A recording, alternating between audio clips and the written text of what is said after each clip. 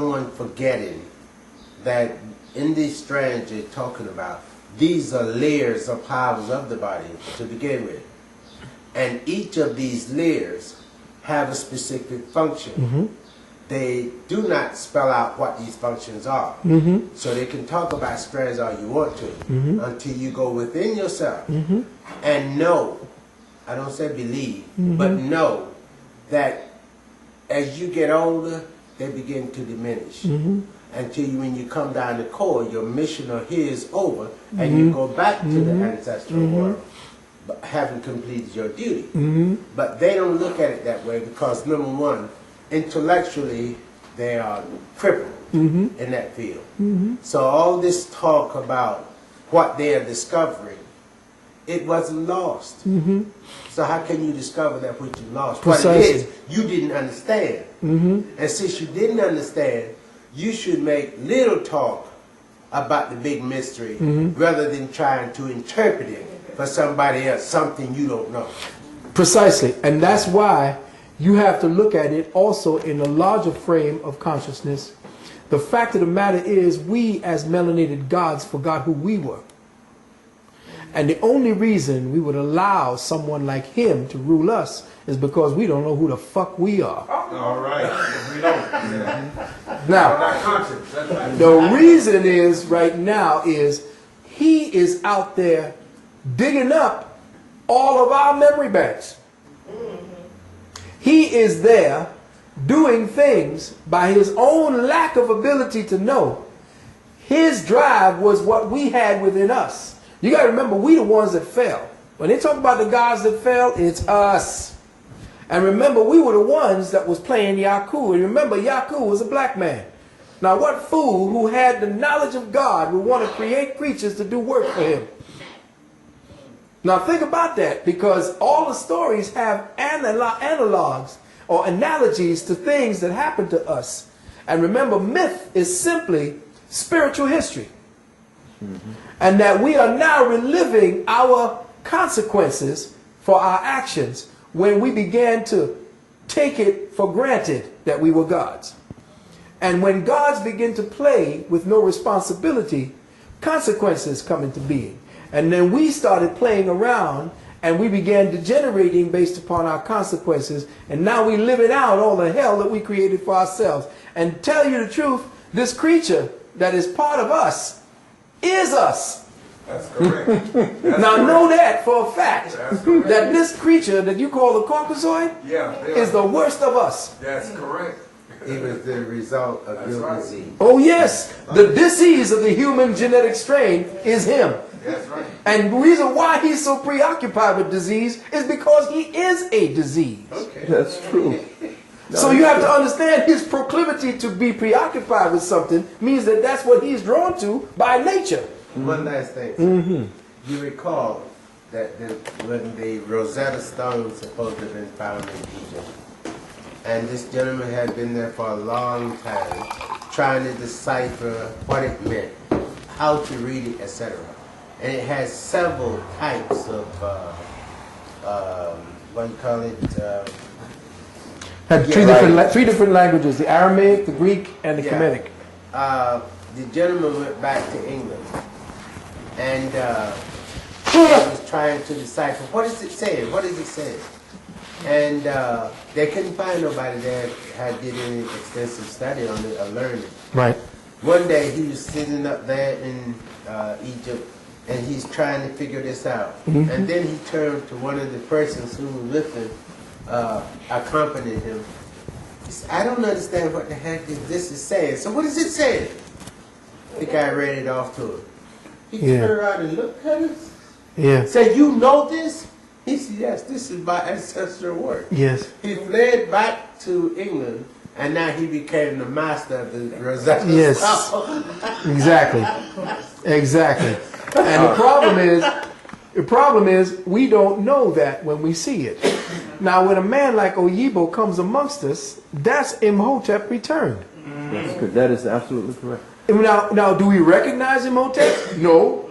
But if we knew who just the fuck we were, we was, oh, Imhotep's back. That's true. But we just say, oh, that's just another nigga looking for some money.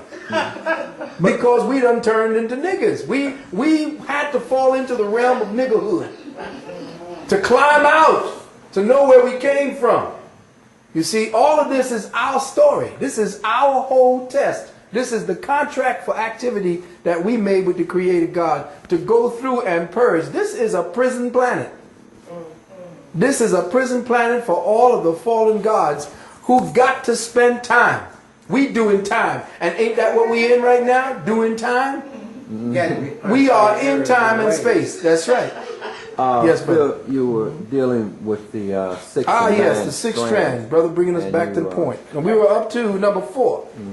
Now, number 5 governs our consciousness communal cluster energies. In other words, all of the previous 1, 2, 3, and 4 essentially collectively now are regulated by the 5th pair. It is the homing signal strand, the way certain souls of a specific experiential matrix find one another again and again to the mutual fulfillment of their own soul's purpose. So here we are together today, doing something that we probably did a few times. And we now going up each grade. We might have did this just sitting around and doing nothing, probably getting high. You know, blowing some mushrooms. Now we went up another level and we did it, but then we was sitting around, you know, messing around with some spirits.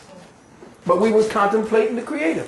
Here we are now contemplating the Word, which means that we don't need any artificial means to come to a point where we are now interfacing with the language of spirit. And not interfacing by saying, well, Jesus walked on water. No. That's bullshit. No. Yeah, well, who is Jesus walk? Who is the Christ? The Christ is the Son. And if you look at it on the ocean and you see the light of it on the ocean, it looks like the God is walking on water. Yeah. See what I'm saying? So we no longer are going along for the fairy tales because we out of kindergarten. Little Red Riding Hood and all that. What does all that mean? And this is why schools like this must happen. This is why it's hard for me or even Sister Puma to find the ears and the minds to take to the next stage, because I want to take the children and start them from here. From here. Not from this bullshit, you know, ABC. If I had my way, and let me just go to the 6th pair. The 6th pair aligns our life energy signature with all of creation and the divine will of the Creator. So you go from 1 to 6. The 7th energy is where we are now locked into. That's the next door. That's when we rest. That's where they say, and the Creator rested. That 7th energy frequency is the doorway to the higher energy frequency bands that are inside of us as the junk DNA that they speak about. They talk about junk. Well, we don't know what kind of DNA. What does this mean? It means that when you fell, all of this just fell apart. It broke apart. We fragmented. Therefore, our consciousness fragmented. And we fell into a 7-year or a 7, quote, numerical cycle.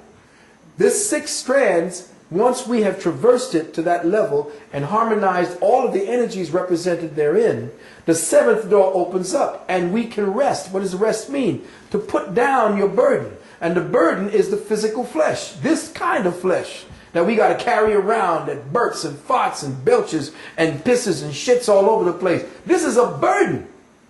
We didn't have to do all of this because we are locked down in redundancy.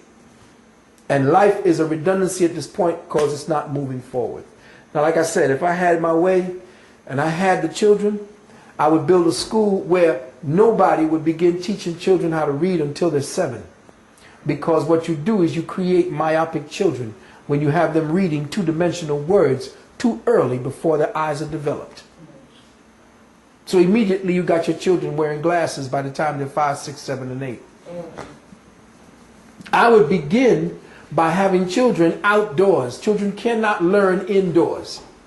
The first place they would be going would be places where they would be interfacing with first-hand experience. Remember I told you about first-hand experience versus second-hand experience.